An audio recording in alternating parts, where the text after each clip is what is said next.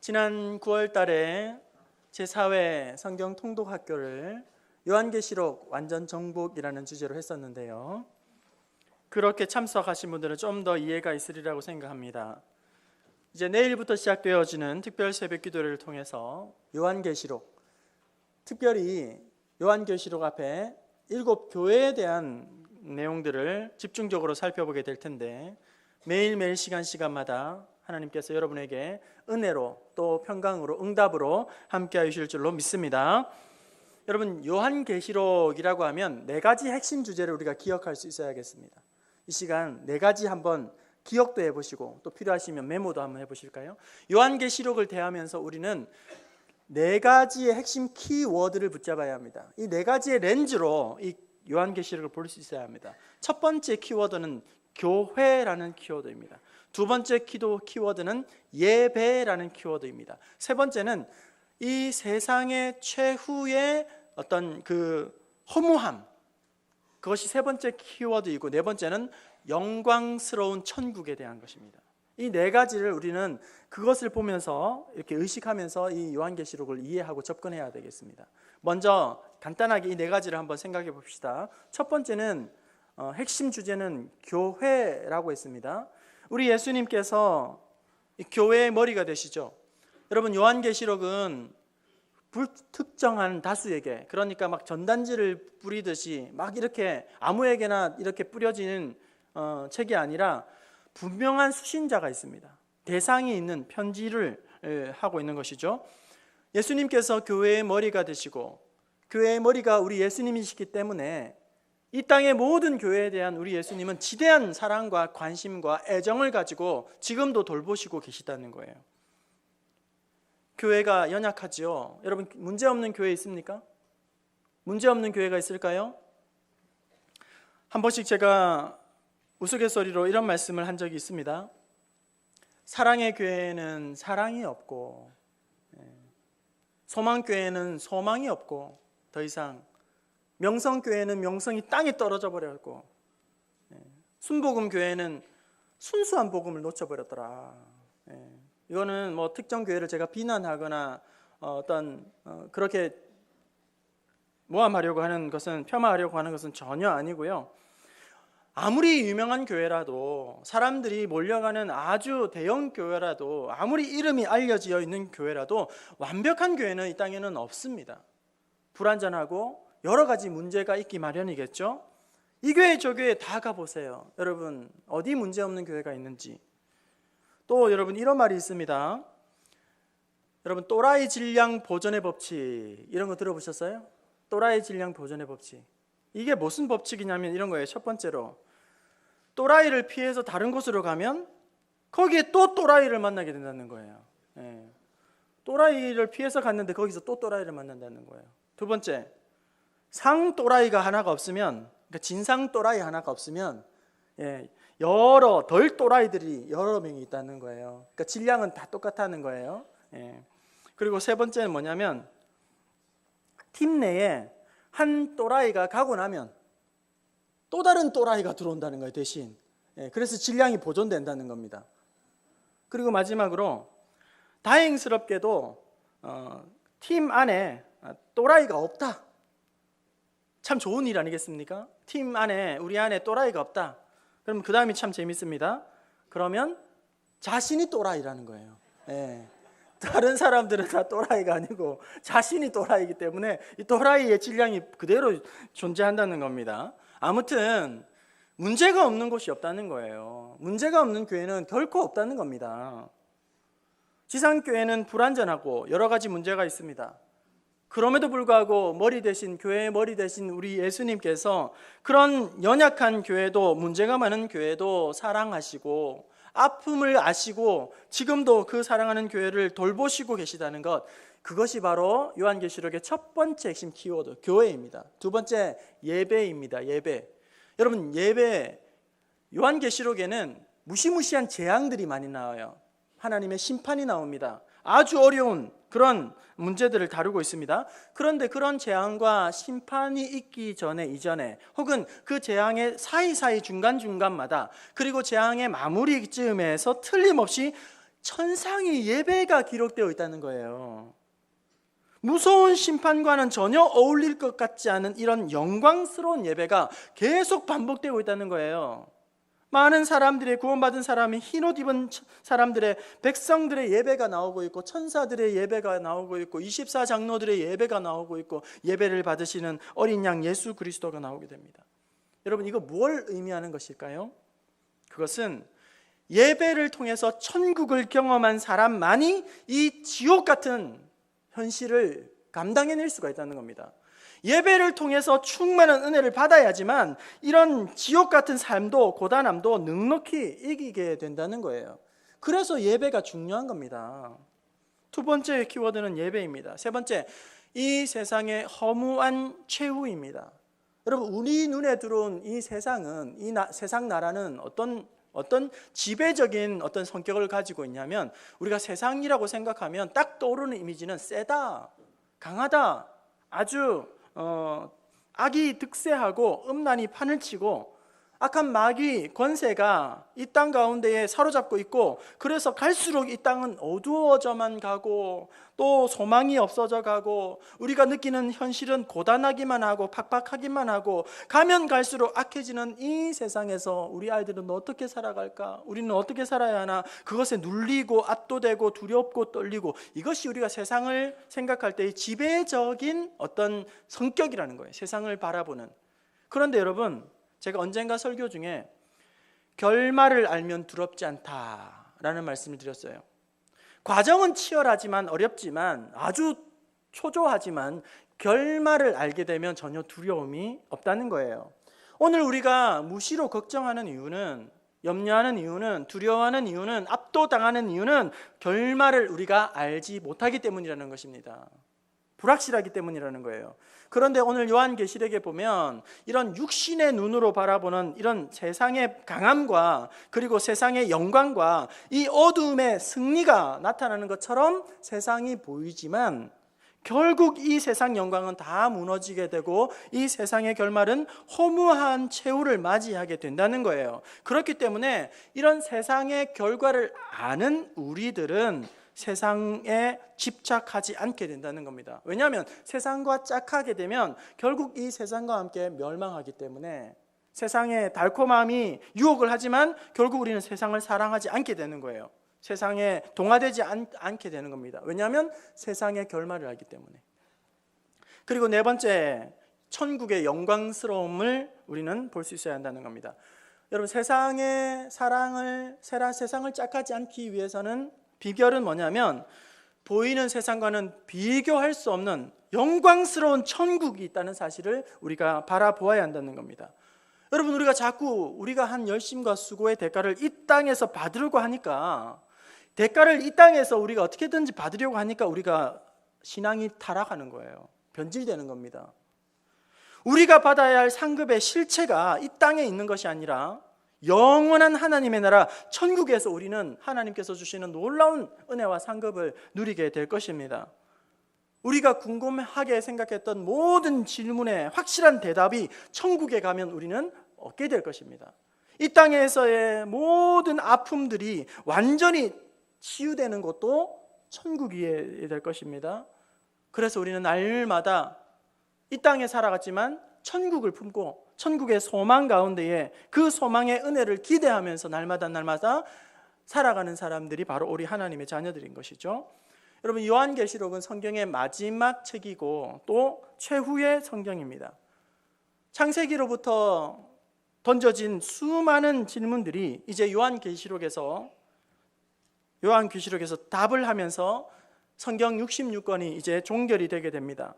그런 점에서 이 요한계시록은 굉장히 중요하게 우리는 다루어야 하고 또 관심을 많이 가져야 하겠습니다. 그런데 이 요한계시록이라는 책이 중요함에도 불구하고, 많은 관심을 가져야 함에도 불구하고, 이 요한계시록은 예사롭지 않은 책이에요. 접근하기가 쉽지 않은 책입니다. 만만치 않은 책입니다. 이 안에는 아주 난해한 어떤 상징적인 것들, 이해하기 복잡한 숫자들, 은유적인 것들, 그런 것들이 이 요한계시록에 많이 있기 때문에 자칫 잘못 해석했다가는 신약적인 오류를 범하게 되고 자칫 잘못 해석하기라도 하면 엄청난 문제가 발생할 수 있기 때문에, 그래서인지 우리가 요한계시록 이렇게 생각을 하면 딱 드는 생각과 느낌은 난해하다, 어렵다, 너무나도 이해할 수 없다, 이단이 좋아하는 그런 책이다, 이렇게 생각을 하게 된다는 것이죠. 하지만 이번 특별 새벽기도회에서는 이런 난해한 것들은 다 걷어내고 뒤로 하고, 복잡한 숫자나 은유적인 것들은 다 뒤로 하고, 확실하고 안전한 은혜가 되는 7 교회를 우리가 집중적으로 살펴보고 은혜를 나누고자 하는 것입니다. 요한계시록은 예언서입니다. 하지만 여러분, 예언서이지만 당시에 실제로 존재하는 소아시아의 7 교회에 보낸 편지라는 거예요. 그래서 1장 4절에는 요한은 아시아에 있는 7 교회에 편지하노니 이렇게 되어 있습니다. 이 7 교회는 1세기에 실제로 역사적으로 존재했던 교회에 대한 이야기고, 그리고 그 교회가 그대로 안고 있었던 내재하는 실제적인 문제를 다루고 있는 그런 서신이기 때문입니다. 오늘 본문 말씀 우리 10절과 11절을 다시 한번 읽어보겠습니다. 10절과 11절입니다. 시작. 주의 날에 내가 성령에 감동되어 내 뒤에서 나는 나팔소리 같은 큰 음성을 들으니 이르시되, 보는 것을 두루마리에서 에베소, 서모나, 사대, 빌라델비아, 라우디게아 등 7 교회에 보내라 하시기로. 특별 새벽기도의 주제가 에서보두 사빌라 이렇게 되어 있는데, 딱 처음 이걸 접하신 분들은 좀 당황하셨을 거예요. 이게 뭐지? 이게 아몬가? 몇 분이 저한테 물어봐요. 목사님, 에서보두 사빌라 이게 뭐죠? 제가 대답을 안 해주죠. 궁금해하시라고. 그런데 사실 이거 알고 보면 아주 단순하잖아요, 그죠?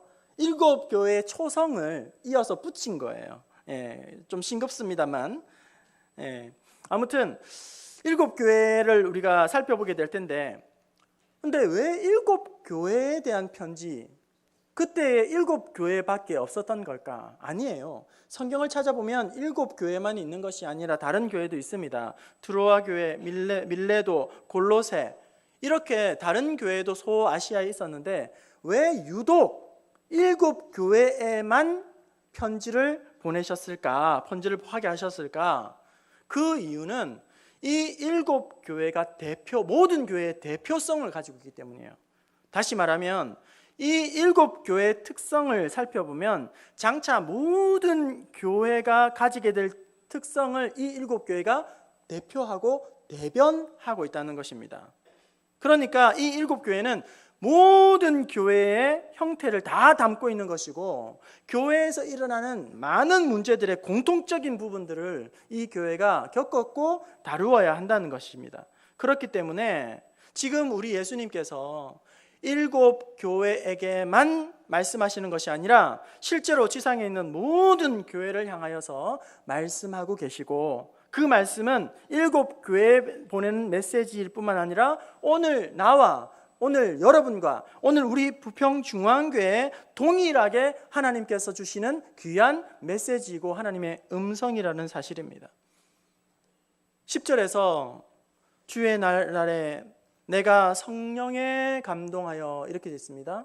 성령에 감동되어, 영어로는 I was in the Spirit 이렇게 되어 있어요. 그러니까 성령 안에 있었다. 내가 성령 안에 있었다. 성령의 충만한 가운데 있었다. 여러분, 그러니까 컴퓨터를 만지작 하면서 게임을 하다가, 스마트폰을 이렇게 유튜브를 보다가, 쇼핑을 하다가, 그냥 이야기하다가, 수다 떨다가, TV 보다가, 그렇게 흐트러진 그런 몸과 마음이 흐트러진 그런 상태에서 뭔가 계시가 임한 것이 아니라, 요한이 충만한 은혜 가운데에 기도하고 말씀 보고 예배하고 예배하는 그런 성령의 충만한 가운데에 하나님이 계시를 해주셨는데, 그래서 이 모든 교회가 이제 그 말씀을 귀 기울이고 또 적용하고 그 안에 중요한 메시지를 담고 있다는 것입니다. 여러분, 이 요한계시록은 모두가 이제 돌려서 보는 그런 회람서신이라고 해요. 당연하죠. 그때는 뭐 인쇄술이라든지 복사기가 발달 없었기 때문에 서로 돌려보는 거예요. 그러면 이 편지가 전달이 되잖아요. 그러면 한 사람이 큰 목소리로 이 두루마리 성경을 읽습니다. 그러면 많은 분들이 이렇게 귀를 쫑긋하면서 회중들이 말씀을 듣게 되는 것이죠. 여러분, 하나님의 이 말씀을 그냥 읽는 것과 그리고 듣는 것만으로도 참 복돼요. 하지만 하나님의 말씀을 지키는 자에게는 더 큰 은혜를, 더 큰 상급을, 더 큰 복을 하나님께서 주신다고 말씀합니다. 요한계시록 1장 우리 3절 말씀을 읽어봅시다. 3절 말씀, 이 예언의 말씀을 시작. 이 예언의 말씀을 읽는 자와 듣는 자와 그 가운데에 기록한 것을 지키는 자는 복이 있나니 때가 가까움이라. 여러분, 요한계시록은 단지 마지막 때를 살아가는 사람들에게 호기심과 궁금증을 충족시키기 위해서 주신 책이 아니라 마지막 때를 살아가고 있는 우리에게 어떻게 살아가야 한다고 말씀해 주시는 삶의 코칭이 담겨 있다는 겁니다. 요한계시록을 우리가 대하면서 읽을 때마다 들을 때마다 우리의 마음속에 중요한 전제를 가지고 있어야 되는데, 그것은 우리의 이 읽은 말씀과 들은 말씀을 어떻게 하면 내 삶에 적용할 건가, 이 말씀대로 살 것인가, 이 말씀을 지킬 것인가, 순종할 것인가, 이것이 우리의 중요한 전제가 되어야 한다는 것입니다. 여러분, 오늘 우리 앞에 놓여 있는 현실을 생각해 보면 우리는 너무너무 위축될 수밖에 없겠죠. 우리 앞에 놓여 있는 상황과 어려움들을 우리는 바라보면 우리는 압도당할 수밖에 없어요. 이 문제를 빨리 벗어버렸으면 좋겠어요. 이 문제가 끝이 났으면 좋겠어요. 이 문제가 해결되었으면 좋겠어요. 그냥 피하고 싶어요. 그러나 그런 나를 향한 하나님의 뜻이 무엇인지가 더 중요하다는 겁니다. 나를 이렇게 힘들게 하는 상황 가운데에, 괴로워하는 나의 상황 가운데에 지쳐만 가는 나를 향한 그 상황 가운데 하나님의 뜻이 무엇인가, 그것이 더 중요하다는 거예요. 문제보다 상황보다 하나님의 뜻, 상황과 문제와 환경을 우리가 육신의 안목으로 바라볼 것이 아니라 영적인 믿음의 눈으로 그 상황을 바라보아야 하는 것이고, 우리 하나님께서 이 고난을 없애주는 것이 아니라 이 고난까지도 초월하고 뚫고 나갈 수 있는 더 큰 능력과 믿음을 공급하시는 것이 우리 하나님의 뜻이라는 겁니다. 여러분, 바람도 없고 파도도 없고 아무런 걸림도 없고 저항도 없고 불편함도 없는 우리 하나님께서 우리에게 주시는 것은 그런 무풍지대의 삶을 주는 게 아니에요. 우리의 삶은 여전히 고단합니다. 마음대로 잘 되지 않아요. 뜻대로 되지 않습니다. 틀어막힙니다. 하지만 우리 하나님이 주시는 것은 그런 많은 불편함과 저항과 그리고 또 여러 가지 어려움을 없애주는 것이 아니라 그것을 뚫고 나갈 수 있는, 아무리 상황이 힘들어도 마음이 어려워도 감정이 따라주지 않아도 그 말씀을 붙잡고 우리가 순종할 때에 순종하는 자에게는 은혜를 주시고 축복해 주신다. 그것이 하나님의 뜻이라는 거예요. 여러분, 지금 어떤 고민을 하고 있습니까? 어떤 선택을 갈림길에 있습니까? 하나님의 뜻은 그 고난 가운데에서 여러분이 더 강인해지기를 원하신다는 거예요. 그 고난으로 말미암아 여러분 속에 있는 불순물이 제거되어지고 더욱 거룩하고 정결하고 순결한 주님의 자녀가 되기를 원하신다는 거예요. 여러분에게 주신 고난은 여러분을 무너뜨리려고 주신 것이 아니라, 포기해버리도록 만들려고 하신 것이 아니라 마침내 승리하고야만은 그것이 바로 하나님의 뜻이라는 겁니다. 이 시대를 살아가고 있는 우리에게 주시는 하나님의 메시지, 약속이 바로 그것입니다. 이제 내일부터 한 주간 동안 시간 하나님 앞에 새벽 제단을 쌓을 때에 이 시간이 나에게 응답의 시간이 되기를, 그리고 변화의 시간이 될 수 있기를, 그리고 새로운 돌파구를 찾아내는 은혜의 시간 되기를 바랍니다. 연약한 우리 가운데에 새 힘을 주시고, 틀어막혔던 관계가 회복되어지고, 닫혔던 문들이 열려지고, 기가 막힌 웅덩이에서 구원함을 경험하게 되는 그런 회복의 시간이 될 수 있기를 주님의 이름으로 축원합니다. 사모하는 자에게 하나님께서 좋은 것으로 만족하여 주실 줄로 믿습니다. 새벽을 힘써 깨워서 응답의 주인공이 되는 저와 여러분 될 수 있기를 축원합니다.